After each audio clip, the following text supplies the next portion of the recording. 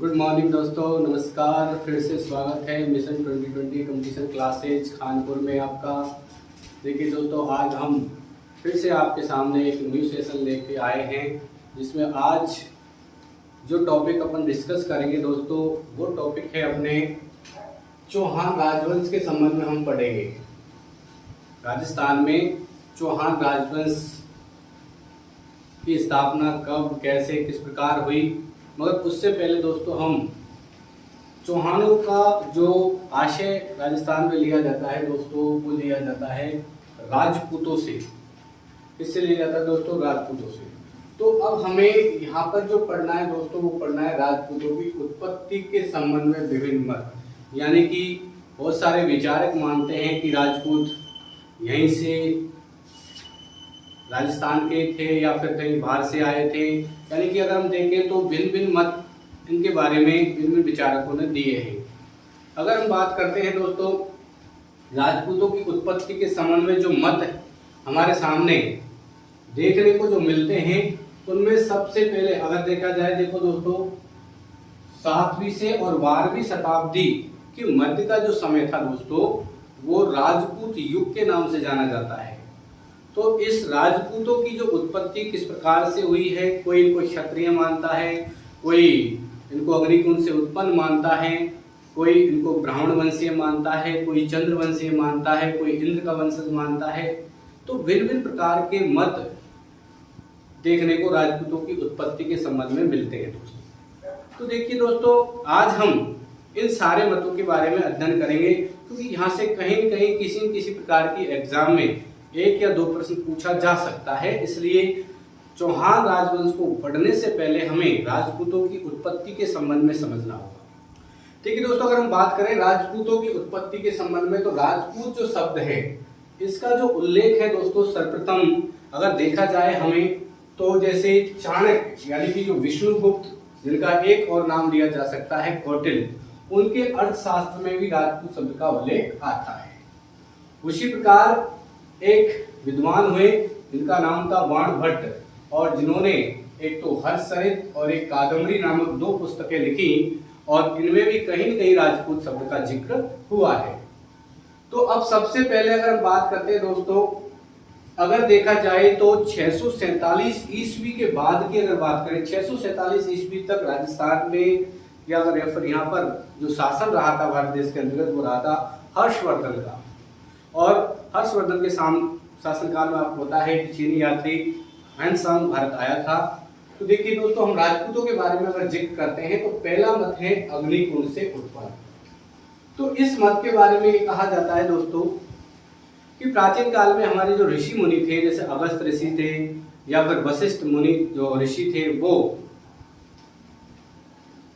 हवन यज्ञ आदि किया करते थे। उस समय बहुत सारे राक्षस उन हवन यज्ञ आदि की जो प्रक्रिया थी उसको ध्वस्त कर दिया करते थे दोस्तों।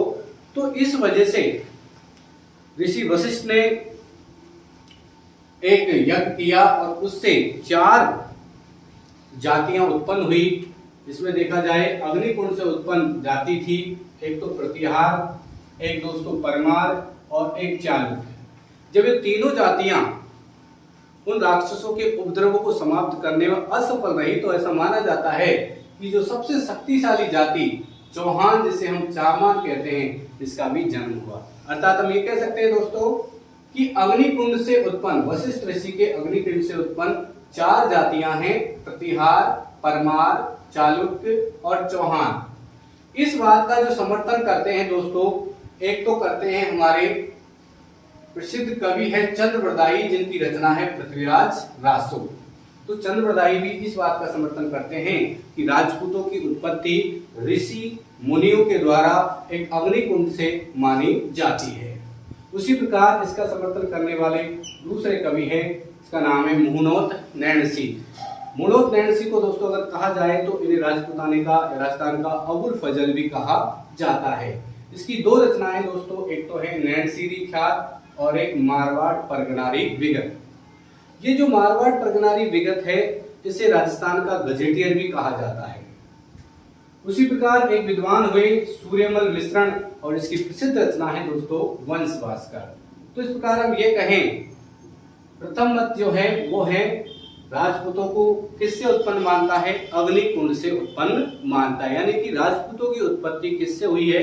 अग्निकुंड से हुई है। यानी कि ऋषि मुनियों के द्वारा, यज्ञ आदि के द्वारा इन शक्तियों को जन्म दिया गया।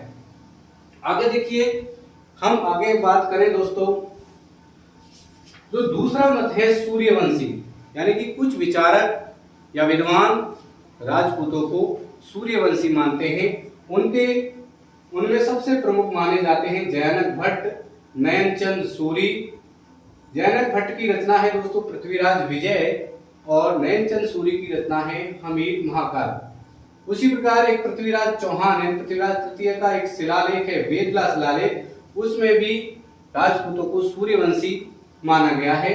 और एक विचारक हुए, एक विद्वान हुए गौरी शंकर हीराचंद ओझा, वो भी इस बात का समर्थन करते हैं कि राजपूत सूर्यवंशी थे। तीसरा मत है विदेशी जातियों की मिश्रित संतान।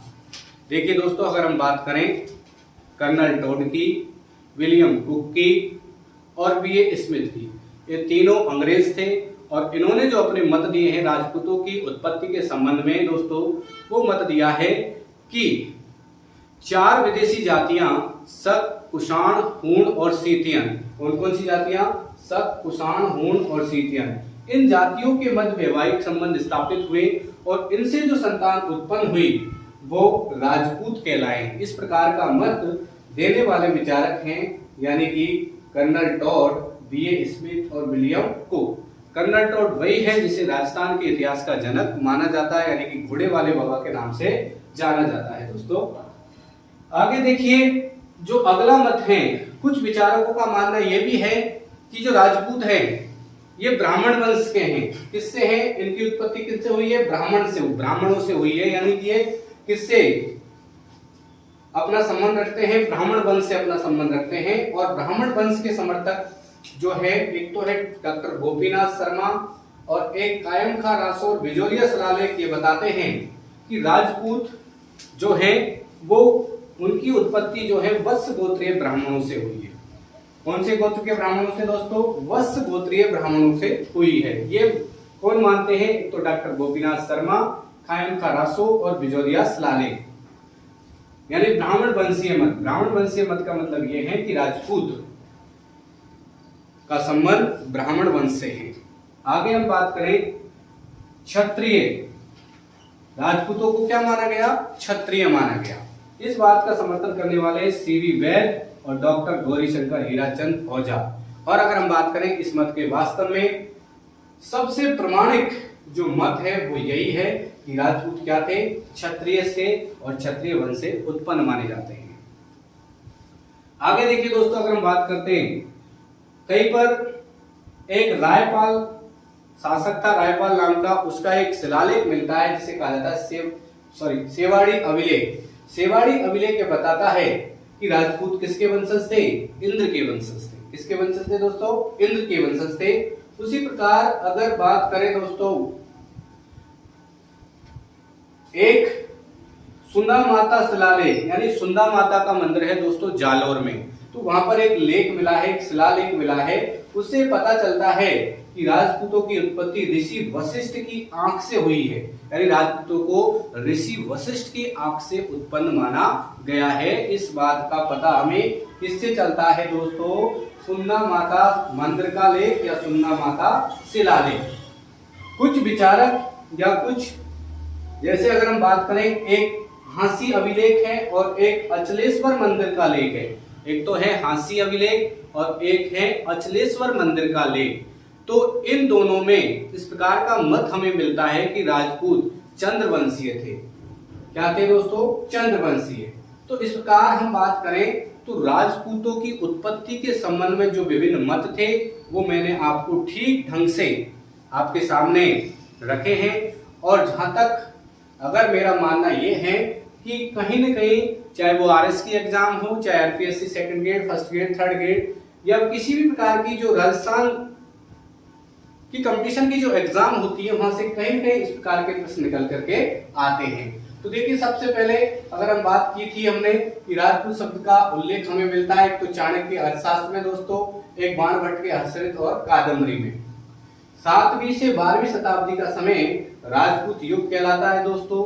राजपूतों की उत्पत्ति के संबंध में पहला मत यह है कि राजपूतों की उत्पत्ति अग्निकुंड से हुई है, यानी कि ऋषि मुनि जो होते थे, जब वो यज्ञ आदि करते थे उस समय राक्षस उनके यज्ञों को भंग कर दिया करते थे, व्यवधान पैदा करते थे। उससे छुटकारा पाने के लिए इन्होंने इन 4 शक्तियों को जन्म दिया, तिहार, परमार, चालुक्य और चौहान।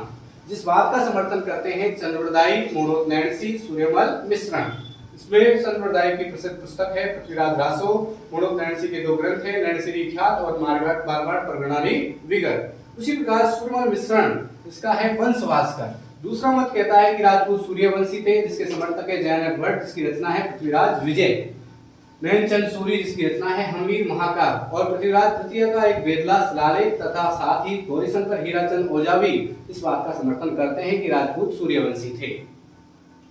तीसरा मत है विदेशी जातियों की मिश्रित संतान। देखिए विदेशी जातियों की मिश्रित संतान माना जाता है, इनको मानते हैं colonel Tod, B.A. Smith, William Cook. तो इनका मानना यह है दोस्तों कि 4 जातियां कुषाण, हूण और सीथियन, इन जातियों के मध्य वैवाहिक संबंध स्थापित हुए और इनसे जो उत्पन्न संतान हुई वो राजपूत कहलाए। उसी प्रकार देखिए ब्राह्मण वंशीय मत, ब्राह्मणों से उत्पन्न माना जाता है, तो इस बात का समर्थन करने वाले हैं डॉक्टर गोपीनाथ शर्मा। उसी प्रकार एक ग्रंथ है कायम खान रासो और एक बिजोलिया शिलालेख, इन दोनों से पता चलता है कि वास्तव में राजपूत वत्स गोत्रीय ब्राह्मणों से उत्पन्न हुए हैं। उधर अगर बात करते हैं दोस्तों, आगे हम बात करें, देखिए क्षत्रियो सबसे प्रमाणिक जो मत माना जाता है वो माना जाता है कि राजपूत क्या थे, क्षत्रिय थे, क्षत्रिय वंश से थे। और इस बात का समर्थन करते हैं C.V. वैद और गौरीशंकर हीराचंद ओझा। इधर जो छठा मत ये है कि राजपूत जो थे वो इंद्र के वंशज थे, ऐसा जो प्रमाण है वो मिलता है रायपाल के सेवाड़ी अभिलेख में। उसी प्रकार एक मत यह भी मिलता है कि राजपूतों की उत्पत्ति ऋषि वशिष्ठ की आंख से हुई है, और ऐसा पाया जाता है सुन्ना माता मंदिर के लेख में, यानी सुन्ना माता का मंदिर है अगर हम बात करें जालोर में, जहां पर राजस्थान में प्रथम रोपवे लगा था, ऋषि वशिष्ठ की आंख से उत्पन्न माना गया है। चंद्रवंशीय मानने वाले हैं, एक तो हांसी अभिलेख में ऐसा प्रमाण मिलता है, और एक अचलेश्वर मंदिर का जो लेख है हांसी अभिलेख और अचलेश्वर मंदिर के लेख में प्रमाण मिलता है कि राजपूत यानी कि चौहान जो हैं वो चंद्रवंशीय हैं। थैंक यू दोस्तों, नमस्कार। और इसी प्रकार हम आगे अगली वीडियो लाते रहेंगे। जय हिंद, जय भारत।